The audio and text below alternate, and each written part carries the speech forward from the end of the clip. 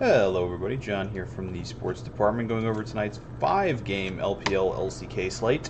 Kind of cool because we're on the 5-gamers now and we're going to be on 5-gamers for a while. This slate though, maybe not the most exciting. A lot of huge favorites on the slate makes it a little bit less exciting than usual, but let's go over them. We got Rare Adam starting off, minus 1100 over in the LPL up against Victory 5, who's plus 600 on the season, plus 600 on the game. 0-2 for the season for Victory 5, 2-1 on the season for Rare Adam. Rare Adam has played against EDG, LGD, and OMG, so reasonable strength of schedule. A tough team, a medium team, and an easy team, basically. Victory 5, LNG, and WE, so a tough start to the season for Victory 5 schedule-wise.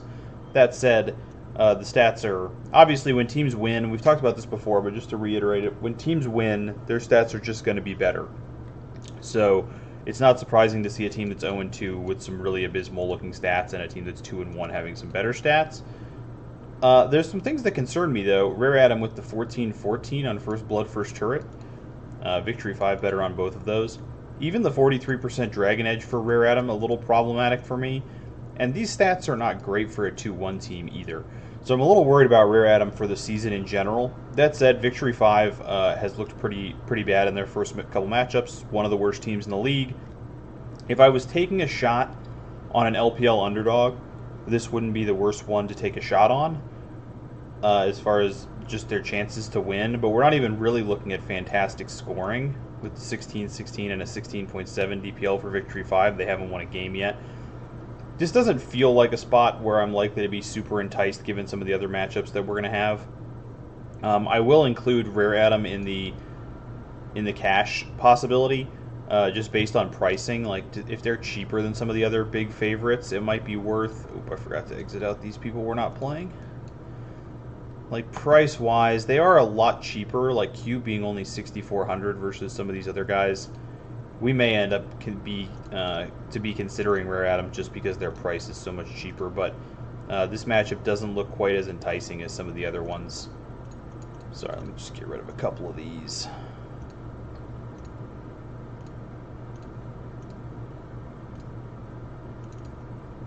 There we go, much better. Oh gosh, the captain slot.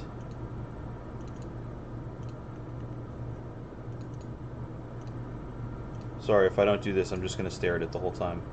Like, why are those guys here with no projection? Did I mess something up?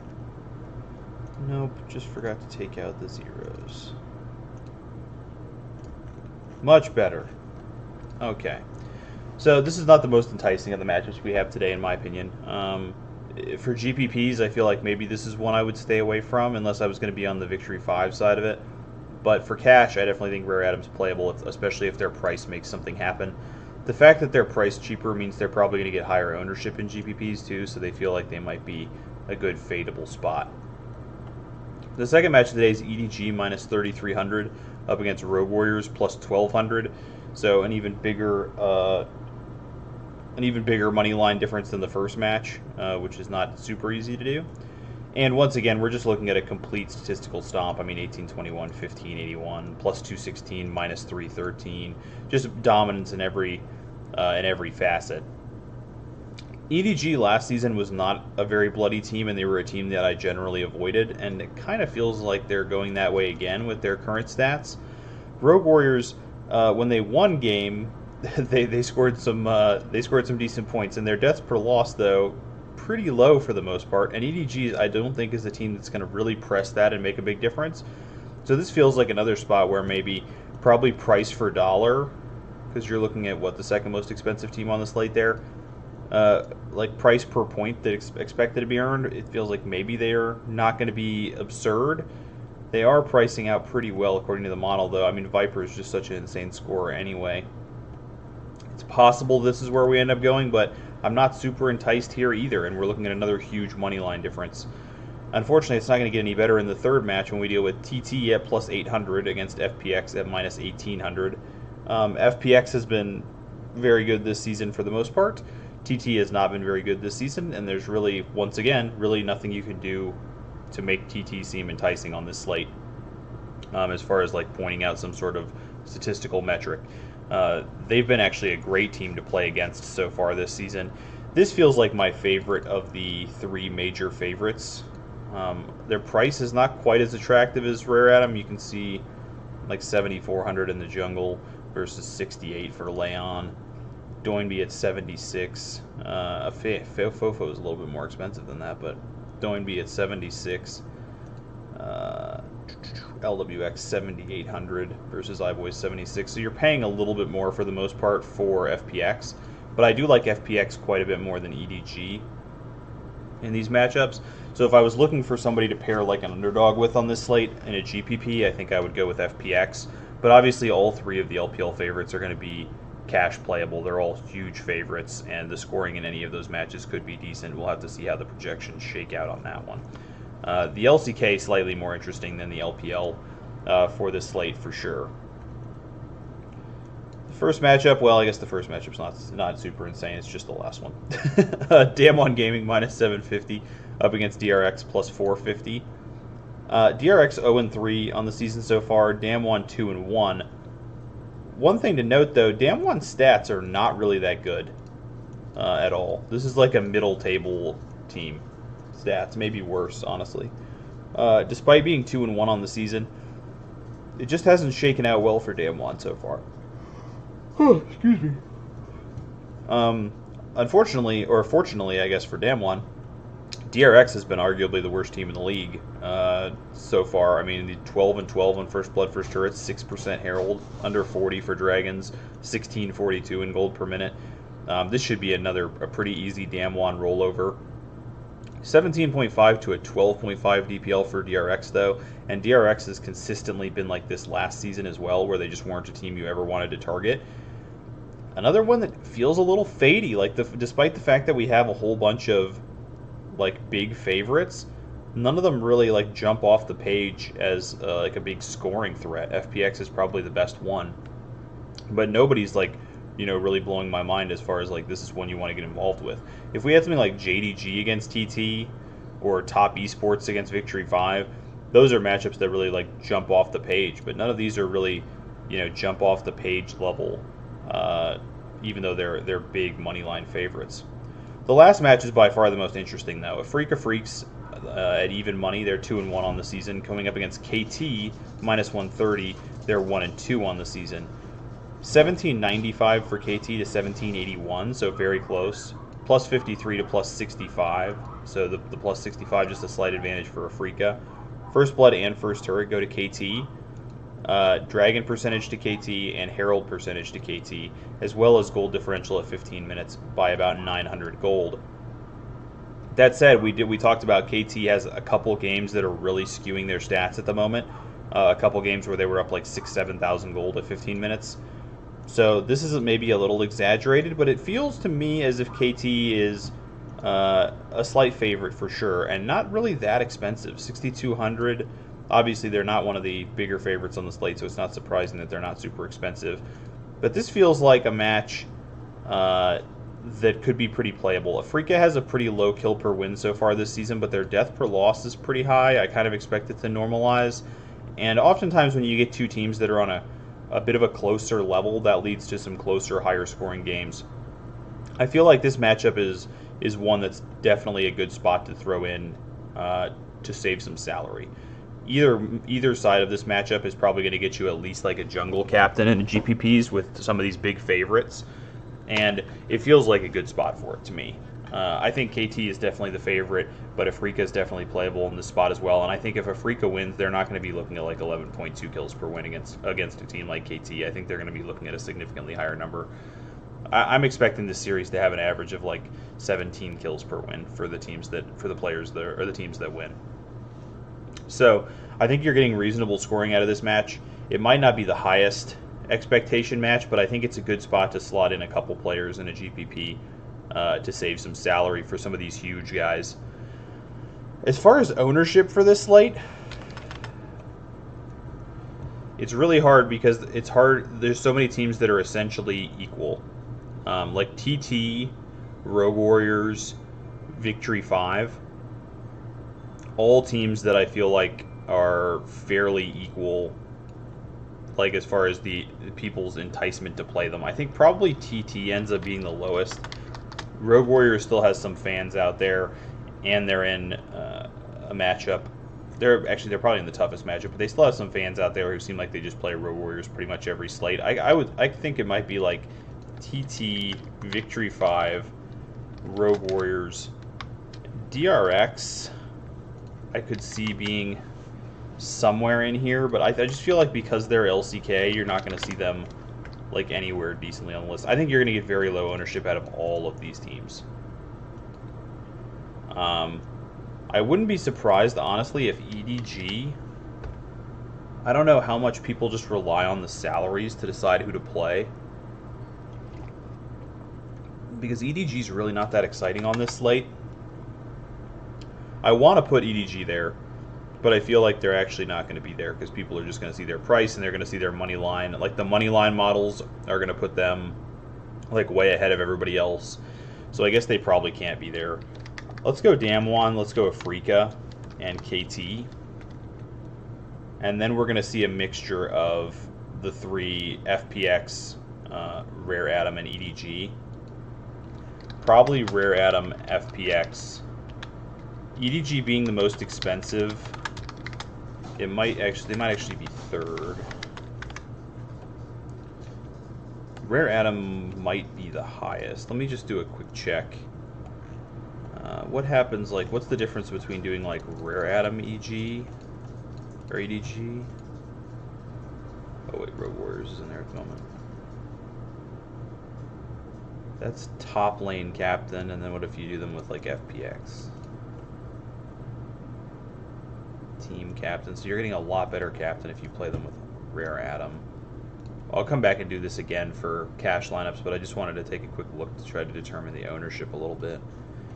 Rare Atom's just going to get you like significantly better cash lineups, I think. So, or significantly better lineups. So I think this might be right. Rare Atom might be at the top instead of FPX. There might be more KT. Like KT might sneak up here a little bit too. I'm thinking that Damwon will be partially avoided. I mean, what kind of price is Damwon at? 72. Oh, 72 and 74. That's pretty cheap, man. Damwon's going to be higher than that with how cheap they are.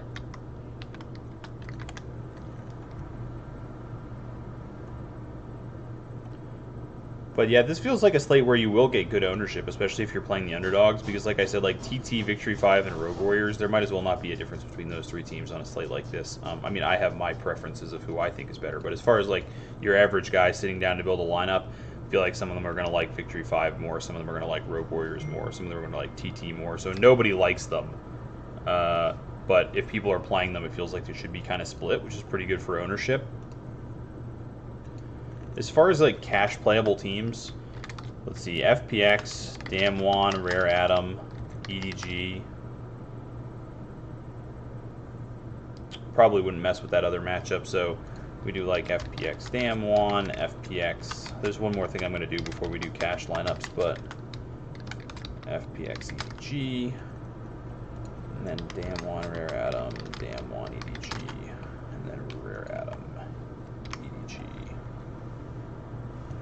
Before we look at cash lineups, though, let's just put the favorites together here and see how it plays out in projection. So KT the highest, followed by Damwon, and then EDG, FPX, Rare Atom in last. FPX, Damwon, KT, Damwon, FPX, KT, FPX, KT, FPX, RA, EDG. So it feels like FPX for sure, and KT's probably the second highest average, and then Damwon is definitely the highest outside of the bot lane. But in the bot lane, it's 100% FPX. So it feels like some combination of Damwon, KT, and FPX as far as the best scorers. If you're playing like an underdog and you're looking for the favorite to pair with them, Damwon and FPX jump off the page as the best possible options for you there. Let's see how cash plays out here. I'm a little bit interested with a slate like this because it's always tough when you have these monstrous moneyline favorites. Sorry, just 1 second, guys. Okay. FPX Damwon.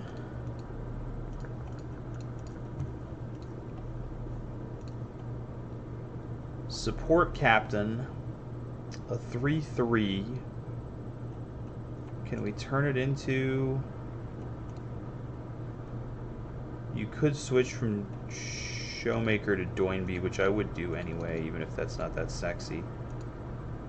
Khan and Nuguri, you could switch there. Nuguri just saves you a whole bunch of money, actually, because he projects kind of poorly. But this is the way that it would suggest to do the 4 stack. So 586.4 from them. Let me take a look at FPX and Rare Atom. I don't have a strong preference on my combinations today, so pretty much whatever gets me the highest expectation is what I'm going to go with. Because as far as like these 3 big favorites, I don't really have a preference on who I would prefer to play. I guess if I could avoid Rare Atom, maybe, but I don't even think that I care about that much. All those teams should win. It's really just a matter of what's going to get me the best lineup. This one looks like it's just completely doomed. There's no way we're touching team captain. Let's look what happens if FPX isn't in there. Rare Atom and Damwon. This feels like it might get like an 80 carry captain. Yep, 80 carry captain. I'm guessing you can't do it with a 4 stack of Rare Atom though. What if I switched from Ghost, or from iBoy captain to Ghost captain? No, it only gives me $100, which isn't gonna happen. Sorry about that little dog issue. You can get the 80 carry captain with these, which doesn't surprise me. That just tends to be how the pricing works out. 592. It's a pretty darn good number. Let me see what happens when we switch over to Damwon and EDG. Do we still get something nice like that? Or is EDG just too expensive? Yeah, EDG is just too expensive. You can get an upgrade, and I think I would. I would make this upgrade almost for sure. But it's still a 565.9, which is just not one of our more impressive lineups. RA and EDG is last. EDG is really preventative with their pricing. Yeah, 557. I don't think we're going to get anything good that's going to come out of EDG. They're just too expensive and they don't project well enough. It seems like it's Damwon RA. And it's not what I would have gone into this slate thinking, but that's how the pricing, it's mostly just due to pricing. These teams are just on the cheaper side and get you a much, much better stack. I do hate playing Barrel, though. I just kind of wish I could get rid of Barrel. Is there a cheaper team slot? It's got to be that Damwon's the cheapest team slot, right? What about KT and Afrika's team slots? It would be a consideration for me to play this instead.